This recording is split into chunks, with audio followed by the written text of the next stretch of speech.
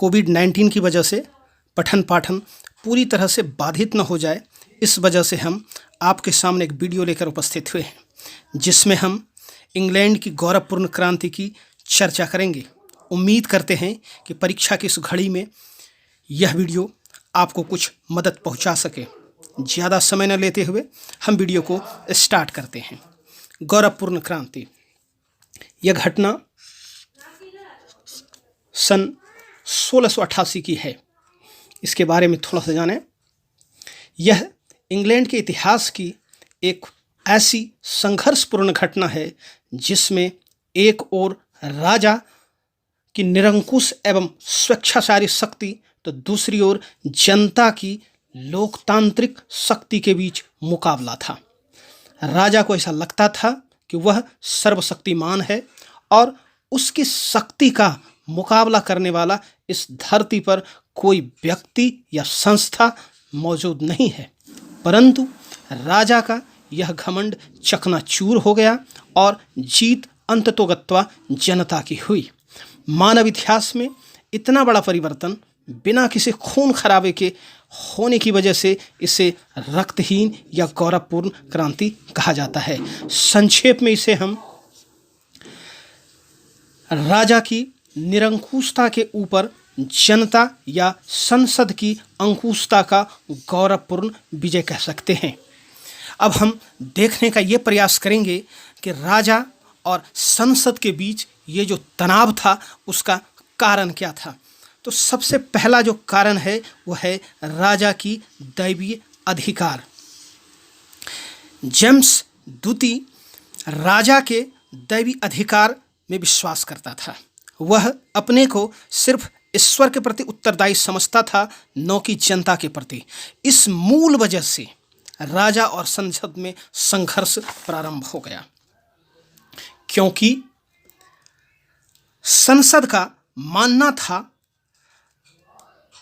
कि राजा को संसद के प्रति उत्तरदायी होना चाहिए, न कि ईश्वर के प्रति। दूसरे शब्दों में हम कह सकते हैं कि एक ओर जहां जेम्स द्वितीय ईश्वर के लिए और ईश्वर द्वारा शासन में विश्वास करता था, तो वहीं दूसरी ओर संसद जनता के लिए और जनता द्वारा शासन को स्थापित करना चाह रहा था। मसला साफ है कि यहाँ पर जो संघर्ष है वह जनता की लोकतांत्रिक शक्ति और राजा की निरंकुश और तानाशाही शक्ति के बीच मुकाबला था। दूसरे कारण पर हम लोग जो है नज़र डालते हैं वो है जेम्स द्वितीय की धार्मिक कट्टरता की नीति। जेम्स द्वितीय कट्टर कैथोलिक था, जबकि इंग्लैंड की अधिकांश जनता प्रोटेस्टेंट थी। हम थोड़ा सा बताएं आपको कि ये जो कैथोलिक और प्रोटेस्टेंट है, ये दोनों ईसाई धर्म का दो धड़ा है, दो संप्रदाय है। चलिए आगे बात करते हैं। जेम्स द्वितीय की दिली इच्छा इंग्लैंड में कैथोलिक धर्म का जो है क्या करना था, प्रचार प्रसार करना था और कैथोलिकों को महत्ता प्रदान करनी थी। इसी उद्देश्य से जेम्स ने लंदन में एक नवीन गिरजाघर या चर्च बनवाया, जिसका वहाँ की जनता ने घोर विरोध किया। जेम्स द्वितीय ने अपनी नीति को लागू करने के लिए और जनता में दहशत पैदा करने के लिए सेना की संख्या में बढ़ोतरी की, जिसमें अधिकांश कैथोलिक धर्मावलंबी के सैनिक थे। आगे के कारण की जो है हम लोग चर्चा करते हैं, जो बड़ा ही महत्वपूर्ण है वो है टेस्ट अधिनियम। टेस्ट अधिनियम क्या है और इसमें क्या प्रोविजन था, इसको हम लोग जो है देखने का प्रयास करते हैं। इस अधिनियम के तहत केवल एंग्लिकन चर्च के अनुयायी ही सरकारी कर्मचारी हो सकते थे। एंग्लिकन चर्च के अनुयायी को ही प्रोटेस्टेंट कहते हैं। इस अधिनियम के अनुसार कैथोलिक सरकारी सेवा में बहाल नहीं हो सकते थे, परंतु जेम्स द्वितीय ने अपने निलंबन, जिसको सस्पेंडिंग कहते हैं, और विमोचन डिस्पेंसिंग अधिकारों का प्रयोग करते हुए कैथोलिकों को राजकीय पदों पर जो है वो आसीन करना प्रारंभ कर दिया। मतलब साफ है, जो संसद है, संसद के द्वारा जो कानून बनाया गया था, जो नियम बनाया गया था, उसको ताक पर रखते हुए जेम्स द्वितीय ने अपने मनमानी शक्ति का प्रयोग करते हुए संसद को नीचा दिखाने का जो है काम किया और सभी प्रमुख पदों जैसे मंत्री, न्यायाधीश, नगर पार्षद, सेना के उच्च अधिकारी, कुलपति आदि पदों पर जो है कैथोलिकों की जो है क्या की, उनके द्वारा जो है ये नियुक्ति की गई। जेम्स द्वितीय के इस मनमाने कार्यों से जनता जो है वो काफ़ी निराश हो गई। अगला कारण हम लोग देखने का प्रयास करते हैं। जो अगला कारण है फ्रांस से मित्रता। फ्रांस का शासक लुई 14वां कट्टर कैथोलिक था और वह फ्रांस में रह रहे प्रोटेस्टेंटों के ऊपर काफ़ी अत्याचार क्या करता था। ऐसे में जेम्स द्वितीय के द्वारा लुई 14वां से दोस्ती करना इंग्लैंड की जनता को जो है वो नागवार गुजरा। अगला कारण है धार्मिक अनुग्रहों की घोषणा। देखते हैं कि इन घोषणाओं में क्या है। ये घोषणा जो है 1687 और 1688 में 2 बार की गई। इन घोषणाओं के द्वारा कैथोलिकों तथा अन्य धर्मों या अन्य संप्रदायों पर से लगे प्रतिबंधों को समाप्त कर दिया गया तथा सभी धर्मों के लोगों को पूर्ण स्वतंत्रता प्रदान की गई। अब बिना किसी धार्मिक भेदभाव के प्रत्येक व्यक्ति को राजकीय पदों पर आसीन किया जा सकता था, उनको ये प्रदान किया जा सकता था। इन घोषणाओं के माध्यम से टेस्ट अधिनियम जो है उसकी धज्जियां उड़ा दी गई, क्योंकि पहले कैथोलिक राजकीय पदों पर आसीन नहीं हो सकते थे। वैसे सैद्धांतिक दृष्टि से अगर देखा जाए तो ये व्यवस्था देखने में बड़ी अच्छी लगती है, परंतु इन घोषणाओं के आड़ में जेम्स द्वितीय कैथोलिकों को राजकीय पदों पर आसीन करने का हथियार के रूप में प्रयोग करना चाहता था। इन घोषणाओं से इंग्लैंड की बहुसंख्यक प्रोटेस्टेंट जनता जेम्स द्वितीय का घोर विरोधी हो गया। तो देख रहे हैं एक एक जो नीति है जेम्स द्वितीय की, वो कहीं न कहीं संसद को नुकसान पहुंचाने या उसके विरोध में ही जा रहा है। अब हम अगला कारण देखते हैं, वो है 7 पादरियों को बंदी बनाना। जेम्स द्वितीय ने आदेश दिया था कि ये जो धार्मिक अनुग्रह है, उसकी जो द्वितीय घोषणा है, उसको प्रत्येक रविवार को गिरजाघर या चर्च में पढ़ा जाए। परंतु कैंटरबरी के आर्कबिशप सैनक्रॉफ्ट के नेतृत्व में 7 पादरियों ने राजा से यह आग्रह किया कि यह जो आदेश है इसको क्या कर लिया जाए, इसको वापस ले लिया जाए। जेम्स द्वितीय ने इसे अपना अपमान समझा और इन पादरियों के ऊपर राजद्रोह का आरोप लगाकर उनके ऊपर जो है मुकदमा चलाया। परंतु न्यायाधीशों ने जो पादरी है इनको दोष मुक्त कर दिया। इस घटना पर जनता ने जगह जगह उल्लास मनाया। साथ ही इस उल्लास में कई जगह सेना ने भी भाग लिया, जो जेम्स द्वितीय के लिए अच्छी बात नहीं थी, क्योंकि निरंकुश शासन कहीं न कहीं सेना के भरोसे पर ही टिका रहता है। तो आगे देखते हैं कि और क्या कारण है जिसके वजह से इस क्रांति को होने में जो है ये योगदान मिला। वो है जेम्स द्वितीय के पुत्र का जन्म। जैसा कि हम लोग जानते हैं, जेम्स द्वितीय को कोई पुत्र नहीं था। उनकी 2 पत्नियां थी, प्रथम प्रोटेस्टेंट जबकि द्वितीय जो है वो कैथोलिक थी। प्रथम पत्नी से उनको 2 पुत्रियां थी, एक मैरी और दूसरा एन, और दोनों के दोनों जो है प्रोटेस्टेंट थी। इंग्लैंड की जो जनता है उनका ऐसा मानना था कि जेम्स द्वितीय की मृत्यु के बाद मैरी ही रानी बनेगी और प्रोटेस्टेंट समुदाय को पुनः जो अधिकार है वो क्या हो जाएगा, वो प्राप्त हो जाएगा। परंतु 10 जून सन 1688 को राजा की जो दूसरी पत्नी है उसने पुत्र को जन्म दिया। जिससे जनता की आशाओं पर जो है वो क्या हो गया, वो पानी फिर गया। इस घटना से इंग्लैंड की जो जनता है उसको विश्वास हो गया कि जेम्स द्वितीय अपने पुत्र का लालन पालन कठोर कैथोलिक वातावरण में करेगा और इस तरह इंग्लैंड की जनता का जो भविष्य है वो कैथोलिक शासकों से छुटकारा मिलने वाला नहीं है। इससे जनता जो है काफ़ी हताश और जो है व्यग्र हो गई।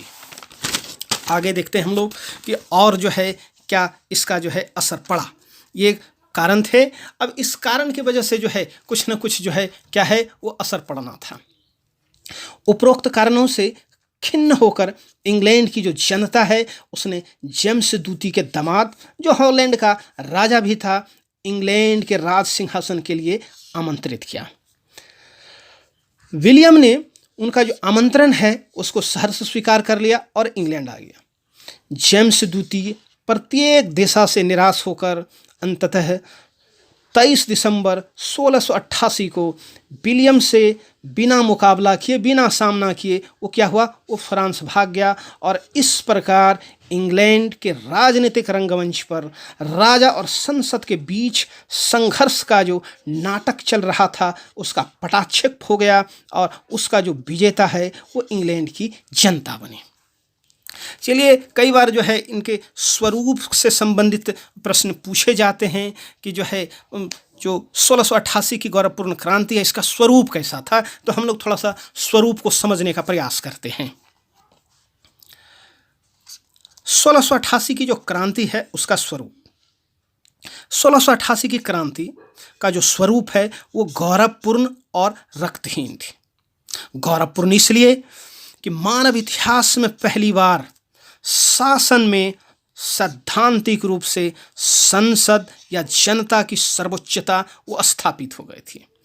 अब कोई भी राजा यह नहीं कह सकता था कि उसका उत्तरदायित्व ईश्वर के प्रति है, न कि जनता के प्रति।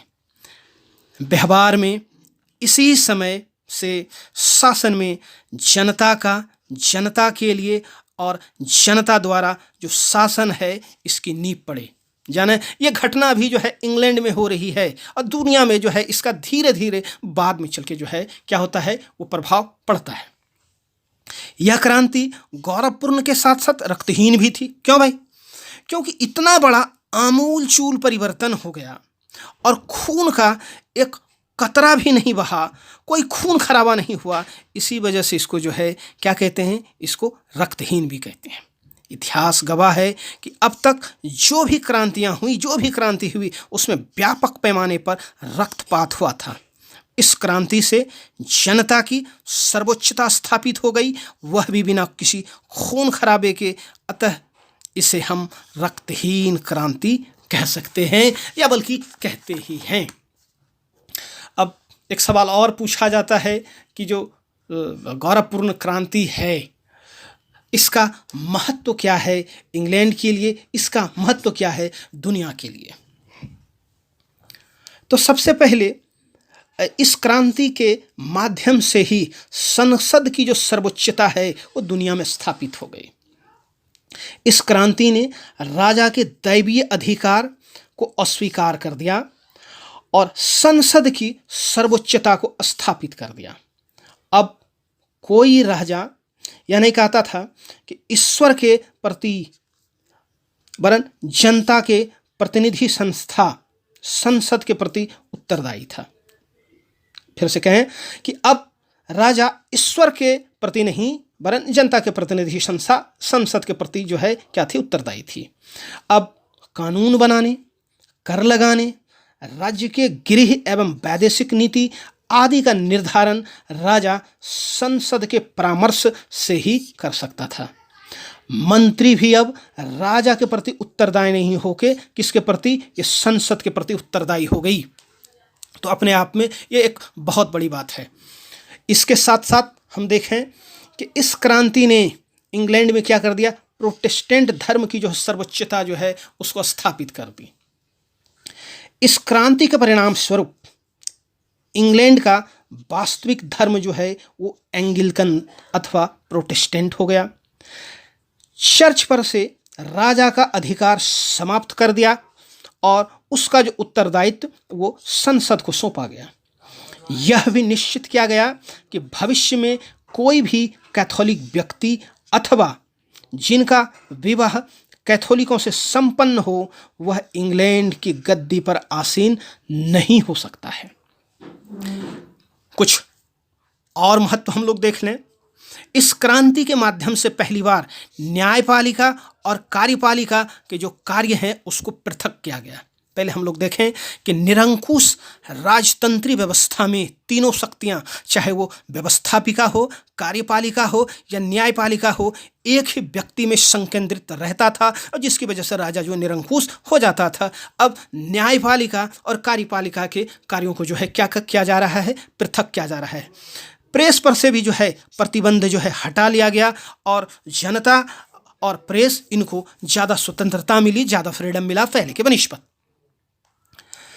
इस क्रांति के परिणाम स्वरूप इंग्लैंड और हॉलैंड के राजा चूँकि एक ही व्यक्ति थे, इसलिए दोनों देशों में अस्थायी मित्रता कायम हो गई।